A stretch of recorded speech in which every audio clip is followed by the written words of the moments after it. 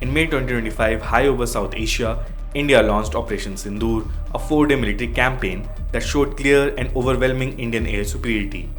Rafale fighter jets dominated Pakistani airspace, but what happened next did not unfold on battlefield, but in Beijing, and it was far more dangerous. A coordinated disinformation campaign aimed at rewriting history and reshaping global weapon markets.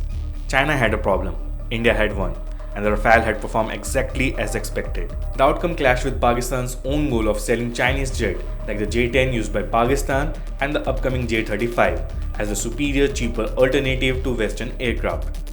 So Beijing built its own story. In the weeks after Operation Sindoor, Chinese embassies and state-led accounts pushed out a global campaign, claiming Rafales had been decisively defeated. Thousands of fake accounts amplified the same message.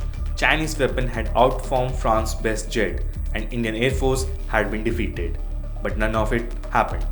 According to a US congressional report, only 3 Indian aircrafts were down during the entire operation, and not all were Rafale. The Rafale outperformance was exactly what India expected in its first real combat deployment. Yet on Chinese social media and across dozens of countries, the opposite story was being delivered as fact. AI-generated images showed fake aircraft debris. Video game clips were mixed with real combat footage. Chinese state media and embassy channel pushed the narrative into Africa, Southeast Asia, or anywhere Beijing is competing to sell weapons.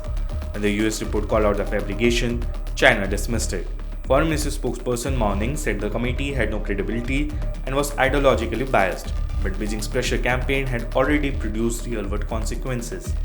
Chinese diplomat privately urged Indonesia to halt its approved Rafale purchase, not because the jet had failed, but because Beijing had convinced key officials that it had. Jakarta paused the multi-billion-dollar deal, shaken by a narrative built on deepfakes and coordinated lies. The pitch from Beijing was simple. Why buy French when Chinese jets have proven themselves in combat? Proven where? In fictional victory, in manipulated images, in a story created to overpower the truth. China didn't win in the sky, so it tried to win in the global information battlefield instead.